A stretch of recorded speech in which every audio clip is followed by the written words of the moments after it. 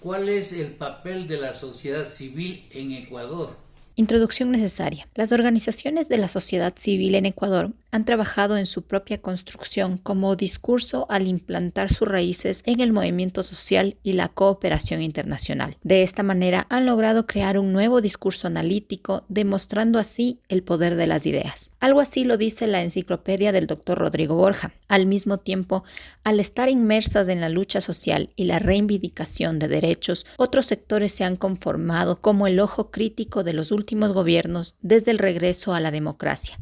En los últimos gobiernos de Correa, de Moreno y de Lasso han generado conflictos sociales, luchas internas por el poder y hasta chantajes con los gobiernos de turno. Vamos a dar una lectura con nuestro analista sobre el verdadero papel de las organizaciones sociales en el Ecuador y en especial los líderes de la CONAIE y las centrales sindicales anclados en el pasado. ¿Con qué finalidad se integran o se asocian las organizaciones sociales en el Ecuador? Partiendo que la figura de la asociatividad es un tema de preocupación en Ecuador por la dispersión, polaridad y desencanto de movimientos y partidos políticos y gobernantes que en gobiernos presidencialistas ejercen el autoritarismo en desmedro de la democracia.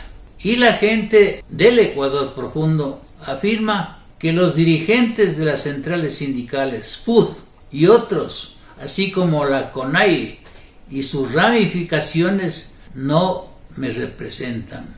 Desde el retorno a la democracia, el Estado encontró en los movimientos sociales un respaldo tanto político como de cooperación para buscar soluciones a la problemática social. ¿Por qué ahora se ha ido degenerando en caudillismos populistas con líderes mesiánicos que solo luchan por sus intereses? En Ecuador surge la sociedad civil como el grupo de individuos de varias ideologías e instituciones públicas y privadas y de los denominados ONGs que comparten un valor común, una lucha común. Se convierte en bandera de lucha la preservación del ambiente, la promoción y defensa de derechos y la acción colectiva como respuesta a la ya debilitada sociedad política. Con esto, las organizaciones sociales desde la década del 60 hasta el 80 mejoraron su visión de país y con esto la importancia que tiene en el desarrollo del Ecuador. Pero vino la constitución presidencialista del 2008 y los líderes de la CONAIE y del FUD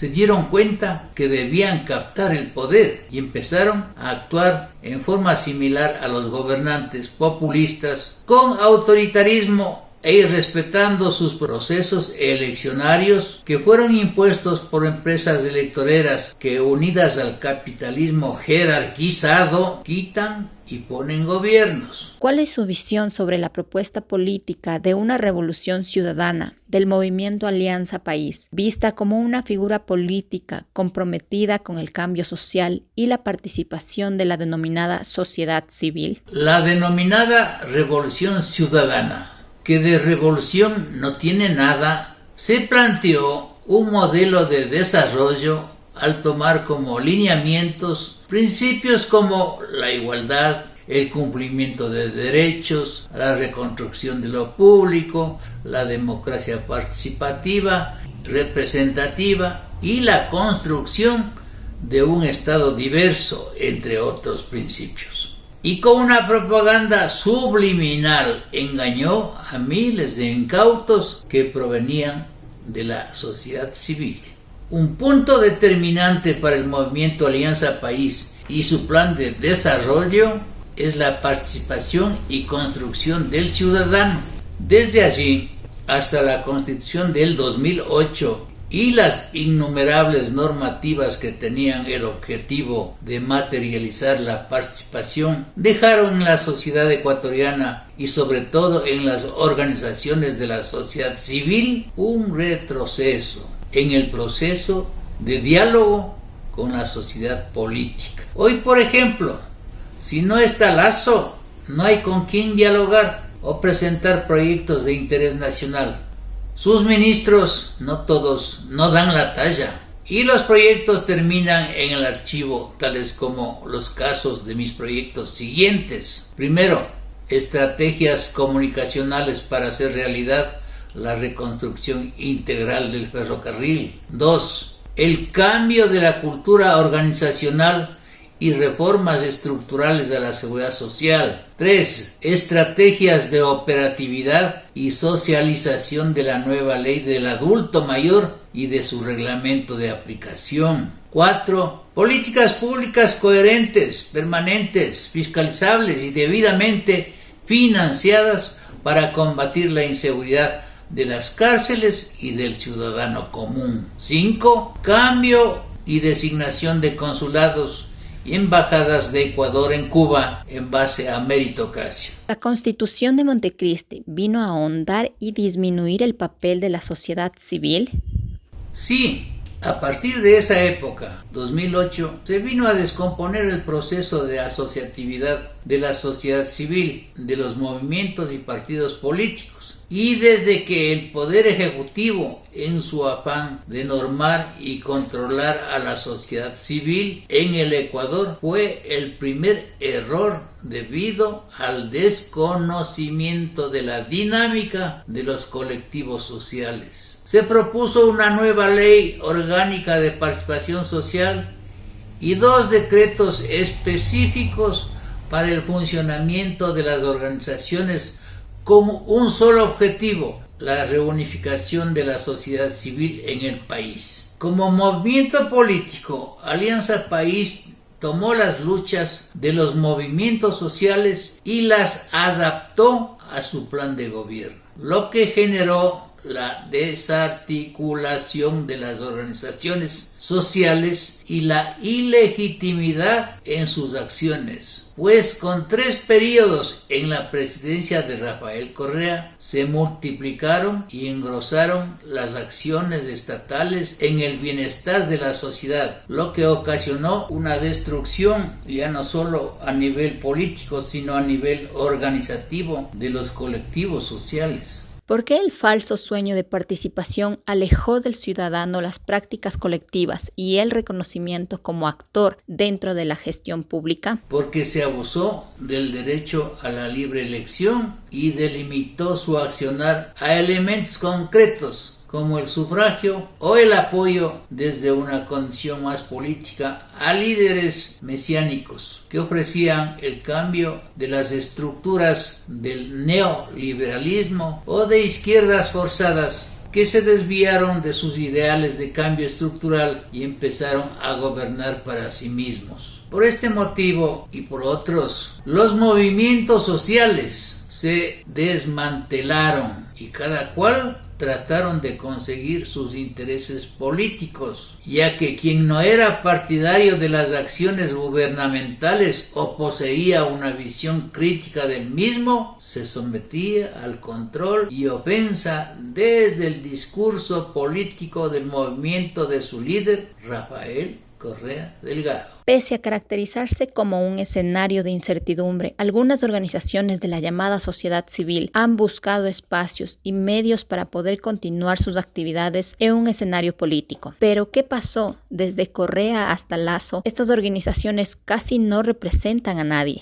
Si su pregunta se refiere a la CONAIE y al FUD y sus ramificaciones, es correcta su apreciación. Las actividades políticas de la CONAIE y especialmente de su presidente muestran un desenfoque respecto de las necesidades que las comunidades que integran esta organización. El agroecuatoriano, por ejemplo, ubicado en la sierra, está consolidado mayoritariamente por campesinos y también en la costa, pescadores, arroceros o que laboran en la industria del camarón, del café, del banano, etc. Y están considerados en el grupo mal llamado de la sociedad civil. Y en el fondo no se reconocen como tales y claramente están divorciados de la institucionalidad nacional. En definitiva, la CONAIE, por ejemplo, su atraso en este contexto es mayúsculo y determina un 7% de la población que piensa que es mayoría y que decide en algunos temas políticos que en el fondo muy poco los beneficia y se ven obligados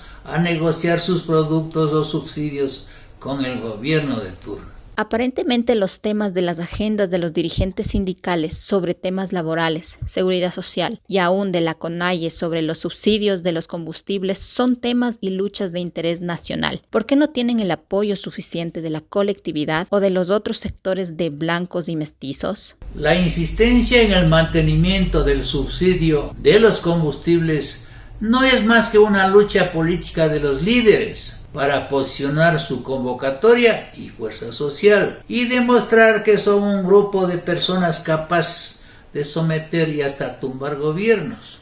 Miren los escenarios o revueltas recientes de octubre del 2019 y del 2021. Sus reales necesidades deberían estar en otros ámbitos, enmarcados principalmente en 4 temas claves para ellos mismos, para conseguir ese bienestar anhelado y ese desarrollo que nunca llega. Primero, insumos agrícolas a costos bajos para el manejo de su actividad. 2, créditos con bajas tasas de interés y plazos amplios.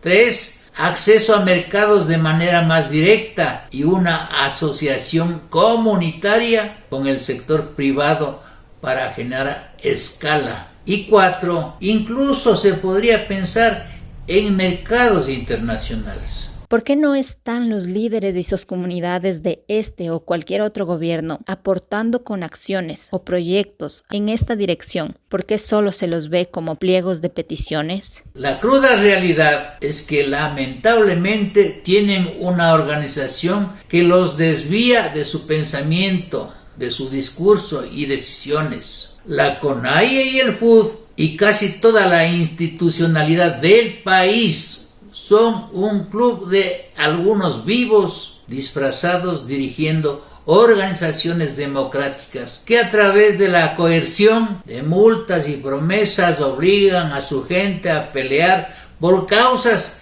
que están muy lejos de lo que les puede beneficiar. ¿Cuál es su visión o el papel que deberían tener estos líderes, tanto de la CONAIE como del FUD y de otras organizaciones de la mal llamada sociedad civil? Necesitamos líderes con otro talante en los 5 poderes del Estado y en la institucionalidad burocrática del país, con esquemas realmente democráticos que permitan y lideren el progreso de su gente, con planes de mediano y largo plazo apuntando a un desarrollo sostenido. Personalmente me encantaría ver a grupos de indígenas y sindicalistas en las mesas de negociaciones de los tratados de libre comercio, impulsando sus productos y esquematizando junto al gobierno planes que permitan fustigar la pobreza, generando políticas en la Asamblea Nacional que impulsen la actividad agrícola y agroindustrial y políticas de empleo y seguridad social, de tal manera que se vaya desplazando el petróleo como la fuente de ingresos principales del país, incluso estructurando actividades de financiamiento